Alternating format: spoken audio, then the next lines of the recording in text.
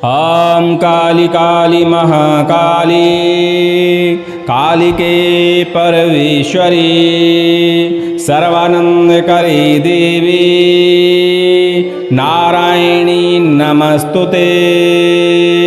ॐ ह्रीं ह्रीं छीं ह्रीं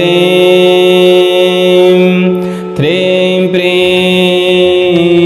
ह्रीं। सभी लोगों को जय श्री राम, जय हनुमान जी महाराज की। आज हम आपको माता कंकाली का एक साबर मंत्र है जिसका इस वीडियो में हम आपको विधि विधान बताने वाले हैं।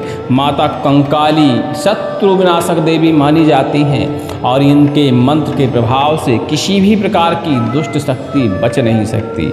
चाहे भूत हो, प्रेत हो, चुड़ैल हो, डायन हो, खब्बीश हो, बरम हो, किसी भी प्रकार की बाधा हो, यदि माता कंकाली के मंत्र का हम प्रयोग करते हैं तो ये समस्त प्रकार की बाधाएं निस्त नामूत हो जाती हैं। मारण, मूठ, वशीकरण, उच्चाटन, किसी भी प्रकार की बाधा हो वह आपसे दूर हो जाती है।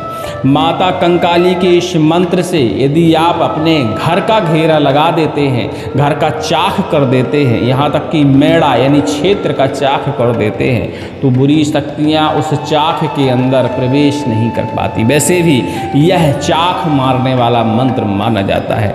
इस मंत्र से आप अपनी साधना के समय, सिद्धि करते समय भी घेरा लगा सकते हैं, घर की सुरक्षा कर सकते हैं। या कोई व्यक्ति आपको परेशान नजर आता है जिसके घर में बार बार बुरी शक्तियां प्रवेश कर जाती हैं, ऐसे घर का इस मंत्र से आप कीलन कर सकते हैं। समझ लीजिए, दुनिया में चाहे जितनी बड़ी शक्ति हो, चाहे जितनी मैली बाधा हो, कैसी भी बाधा हो, कितने बड़े तांत्रिक के द्वारा क्यों ना भेजी गए हो, वह बाधा कंकाली माता के मंत्र के चाक को तोड़कर प्रवेश नहीं कर सकती। कहा जाए तो आपको क्षति नहीं पहुंचा सकती।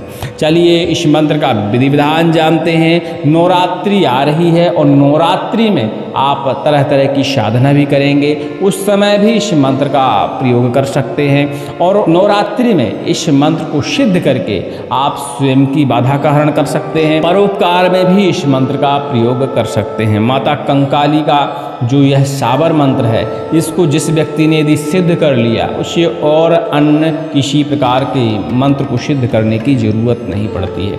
हमारे चैनल पर एक और मंत्र है माता कंकाली का, कंकाली घेरा कीलन मंत्र। उससे यह मिलता जुलता मंत्र है, लेकिन दोनों के ही प्रभाव अलग हैं। इस मंत्र को आप झाड़ा के रूप में प्रयोग कर सकते हैं। यदि कोई व्यक्ति आपको पीड़ित नजर आता है, जिसके ऊपर भूत प्रेत की बाधा हो, तंत्र की बाधा हो, मारण हो, मूठ हो, वशीकरण हो, किसी भी प्रकार की बाधा हो, उसका आप इस मंत्र से झाड़ा यदि लगा देते हैं तो माता कंकाली हर प्रकार की बुरी बाधा को पकड़कर सीधा भक्षण ही कर लेती है। मतलब बाधा को दोबारा लौटने का मौका ही नहीं मिलता। ऐसी बाधाओं को भक्षण कर लेती है, जिससे बाधाएं हमेशा के लिए समाप्त हो जाती हैं। माता कंकाली के इस मंत्र को सिद्ध करने के लिए नवरात्रि का समय, दीपावली का समय, डठौनी एकादशी का समय विशेष माना जाता है। इसके अलावा साल की आप चारों नवरात्रियों में इस मंत्र की साधना कर सकते हैं, लेकिन चैत्र नवरात्रि और कुमार की नवरात्रि में इस मंत्र की साधना विशेष मानी जाती है।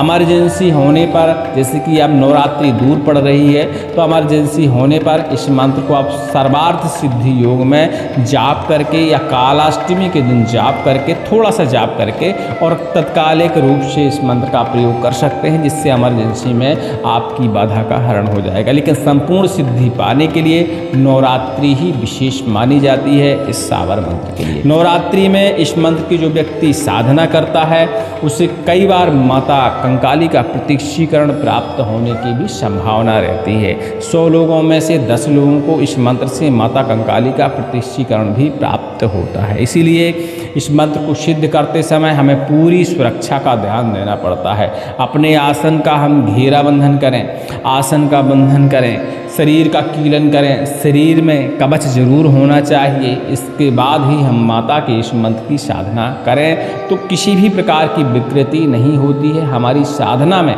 सफलता निश्चित ही मिल जाती है। माता के इस मंत्र को सिद्ध करने के लिए बैठकी के दिन से ही आप शुरुआत कर सकते हैं। मंत्र थोड़ा बड़ा है देखिए, और इसमें सबसे बड़ी आसान बात यह है कि इस मंत्र को आप डिवाइड करके जाप कर सकते हैं। वैसे आम समय जैसे हमने बताया कालाष्टमी हो गया, सर्वार्थ सिद्धि योग हो गया, ग्रहण काल हो गया, दीपावली की रात्रि हो गई, ठोनी एकादशी हो गई, ऐसे समय में आपको एक ही बैठक में इस मंत्र का संपूर्ण 11 माला जाप करना होता है। लेकिन नवरात्रि में आप इस मंत्र को डिवाइड करके जाप कर सकते हैं। प्रतिदिन 1 से 3 माला तक जाप कर सकते हैं और जब आपकी 11 माला संपूर्ण हो जाए तब इसका आप हवन करके इस मंत्र की शक्ति को जागृत कर सकते हैं। घर में जवारे का बोवन करिए, कलश की स्थापना करिए, माता काली, कंकाली, पराशक्ति, दुर्गा, इन सब का विधि विधान से स्नान, ध्यान, धूप, दीप, नैवेद्य के साथ पूजन करिए। पूर्ण श्रद्धा मंत्र के प्रति और देवी के प्रति बनाए रखिए। अपना आसन लाल रंग का लीजिए। प्रयास करिए कि आपके वस्त्र भी पीले या लाल रंग के हों तो अति उत्तम है। ठीक है, अपने आसन पर बैठ जाइए। 4 मुख का दीपक जलाइए। ठीक है, 4 मुख का दीपक जलाइए। मिश्रित तेलों का दीपक आप जला सकते हैं। ठीक है, मिश्रित तेल में जैसे चमेली, सरसों तेल, तिरी का तेल, ऐसे मिश्रित तेलों का आप दीपक जला सकते हैं। ज्योति का अपनी पूजन करिए, उसका भी स्नान, ध्यान, धूप, दीप, नैवेद्य से पूजन करिए।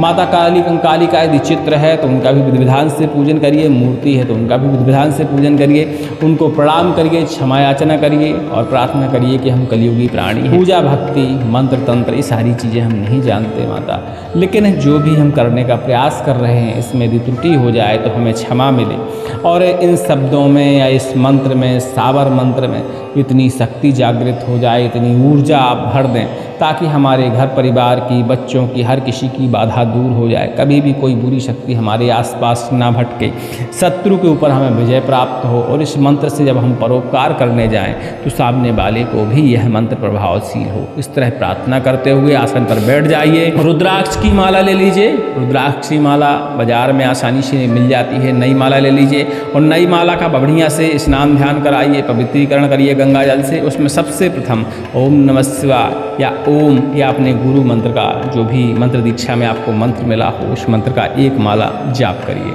और 1 माला जाप करने के बाद आप इस मंत्र का जापन कर सकते हैं। ध्यान दीजिएगा, प्रतिदिन के हिसाब से आपको डिवाइड करना है। अष्टमी तक आपकी 11 माला पूरी हो जानी चाहिए। अपने हिसाब से आप डिवाइड कर सकते हैं, किसी दिन 1 माला, किसी दिन 2 माला, किसी दिन 3 माला, इस तरह डिवाइड करके अष्टमी की रात्रि तक हर हाल में आपकी 11 माला संपूर्ण हो जानी चाहिए। अब ये नहीं कि आपको माला ही भर जाप करना है, नित्य प्रतिदिन धूप, दीप, नैवेद्य से रोज सुबह शाम माता की पूजा करनी है। जोत आपकी बुझनी नहीं चाहिए पहले दिन से लास्टमी दिन तक, जब तक आपकी साधना पूरी नहीं हो जाती, जब संपन्न नहीं हो जाता। अष्टमी के दिन जब आपकी माला संपूर्ण हो जाए तो नवमी के दिन बढ़िया एक खप्पर बना लीजिए या बेदी बना लीजिए। उसमें संविदा स्थापित करिए, आम की, पलाश की, पीपल की, गिलोय की और अद्धाझारी की, ऐसी इसमें संविदाओं को स्थापित करिए और संविदा स्थापित करने के बाद अग्नि प्रज्वलन करिए। अग्नि का पूजन करिए यानी वेदी का पूजन करिए। यदि खप्पर में करने वाले हैं हवन तो खप्पर का पूजन कर लीजिए। हवन सामग्री घर में बना लीजिए। तिल, जौ, शक्कर, पंचमेवा, जवा, ये सारी चीज़ों से आप घरेलू हवन सामग्री बना सकते हैं घी मिला के, और नहीं तो बाज़ार में बनी बनाई हवन सामग्री आती है, उस सामग्री का भी आप हवन में प्रयोग कर सकते हैं। ठीक है, एक बार मंत्र का पाठन करिए और आहुति अपने हाथ में लीजिए। लास्ट में स्वाहा बोलते हुए, क्योंकि हमारे हर सावर मंत्र के नीचे एक बीज मंत्र लगा होता है। यदि देवी का है तो देवी का लगा होगा, इष्ट का है तो इष्ट का लगा होगा। ठीक है, तो उस बीज मंत्र को बोलते हुए लास्ट में स्वाहा बोलते हुए अग्नि में आहुति आप डालना शुरू करिए। 108 आहुतियाँ डालिए। ठीक है, इसके बाद अपने कुल देवी देवताओं की, ग्राम देवी देवताओं की, अपने इष्ट देवताओं की, संबंधित देवताओं की, सबकी आप आहुतियाँ डाल सकते हैं। उसमें जल घुमा दीजिए खप्पर के ऊपर या वेदी के ऊपर, जिस भी चीज़ में आप हवन कर रहे हो। जल घुमाने के बाद आप माता को प्रणाम करिए, क्षमा याचना फिर से मांगिए, फल फलाहार अर्पण करिए, अठवाई अर्पण करिए। इस मंत्र में देखिए बलि का प्रावधान रहता है। ठीक है, और माता को मदरा भी हमें अर्पण करनी होती है। ठीक है, तो बलि के लिए जायफल की आप बलि अर्पण कर सकते हैं, नींबू की बलि अर्पण कर सकते हैं, और जो बरिहा कद्दू यानी पेठा कद्दू होता है उसकी बलि भी माता को आप अर्पण कर सकते हैं। ठीक है, तो हवन के बाद ही आपको बलि अर्पण करनी होती है। बलि का विधान जिसको नहीं पता है पुराने वीडियो हमारे देख लीजिएगा, उनको जानकारी लग जाएगी। ठीक है, तो बलि अर्पण करिए। इसके बाद आप इस मंत्र का प्रयोग करने के लिए परिपूर्ण हो जाते हैं, आपके मंत्र में शक्ति जागृत हो जाती है। इस मंत्र से आप खुद की बाधा का हरण कर सकते हैं और परोपकार में भी इस मंत्र का प्रयोग कर सकते हैं। हमने इतना सारा विधि विधान आपको बता दिया है, आप कंफ्यूज ना हो जाएं, इसलिए एक बार हम मंत्र श्रवण करा रहे हैं कि हमने कौन से मंत्र का आपको विधि विधान बता दिया है। बाकी डिस्क्रिप्शन में लिंक है, इस मंत्र को आप लगातार श्रवण करके लाभ ले सकते हैं। माता काली कंकाली के या किसी भी इष्ट के जो बुंदेलखंडी शाबर मंत्र होते हैं वो सुनने से प्रभाव दिखाते हैं और हमें मंत्र का परीक्षण सुन के ही करना चाहिए, उसके बाद ही हमें साधना करने के लिए बैठना चाहिए। ठीक है, सुनने से रोएं खड़े हो जाना, उल्टी लगना, घबराहट महसूस होना, कोई असाध्य रोग है तो उसमें आराम महसूस हो जाना, ऐसे लक्षण निकल के आते हैं। इनमें से कोई भी लक्षण निकल के आता है, इसका मतलब यह मंत्र आपको सिद्ध हो सकता है, इसकी ऊर्जा आपके शरीर को मैच कर रही है, तब आप इस मंत्र को सिद्ध करके प्रयोग कर सकते हैं। चलिए मंत्र को ध्यान से सुनेंगे। ओम नमो आदेश गुरु को। ओम काली कंकाली खप्पर वाली सन से चले सने ही बरस प्रकटे वारा छिलवा तरह सन्यासी बैठे उमर तरह मशान महानी में करुआ बैठे चौतरा पर चंडी मड़की काली शमशान में दौड़े महानार सिंह करवीर से चले मुआताल में कंकाली विराजे कंकाली को बाना चले खप्पर में खून मेड़े की माटी को चाख लगे घर को घेरा लगे शरीर को बंधन रक्षा हो बे सुरक्षा हो बे हर दिशा हर कोण में वीर खड़े कंकाली को आदेश लगे प्रेत पकड़ो भूत पकड़ो चुड़ैल डायन खब्बीश पकड़ो खप्पर की मूठ खप्पर में चले मारण तंत्र टूटे कंकाली की सुरक्षा जो तोड़े खड़ग प्रहार लगे दुश्मन की छाती फटे रक्त धार गिरे जिसका हो सुमरण वो ही आवे दूसरा आवे तो 12 है हुंकारे करुआ का मुगधर गर्जे सन्यासी का दंड चले नार सिंह की चक्री चले चंडी चाख मारे काली कलकल करे कंकाली काल को ही बांध कर धरे। दुहाई राजा रामचंद्र की, दुहाई शिव शंकर महादेव की। ओम श्रीम कंकाली नमः। इस तरह का भैया मंत्र है। इस मंत्र को बढ़िया से कंठस्थ कर लीजिएगा और ध्यान दीजिएगा, मंत्र को लिख के कंठस्थ नहीं करिएगा, मंत्र को श्रवण करते हुए कंठस्थ करिएगा। इसलिए डिस्क्रिप्शन में हमने लिंक उपलब्ध करा दिया है, उस वीडियो में जाकर साथ साथ में स्क्रीन पर हमने मंत्र दिया हुआ है, साथ साथ में सुनिएगा और दोहराइएगा।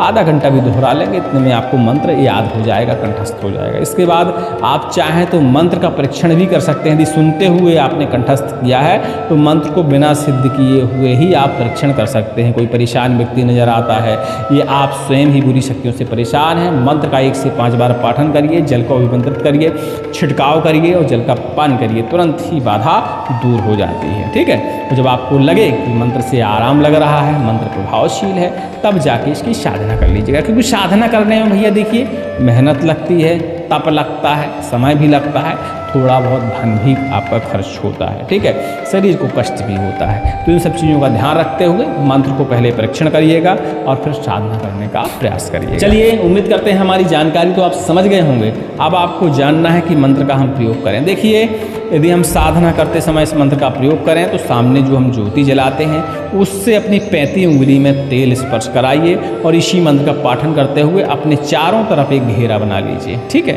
तो लास्ट में घेरे का मुंह बंद कर दीजिए इसी मंत्र का पाठन करते समय।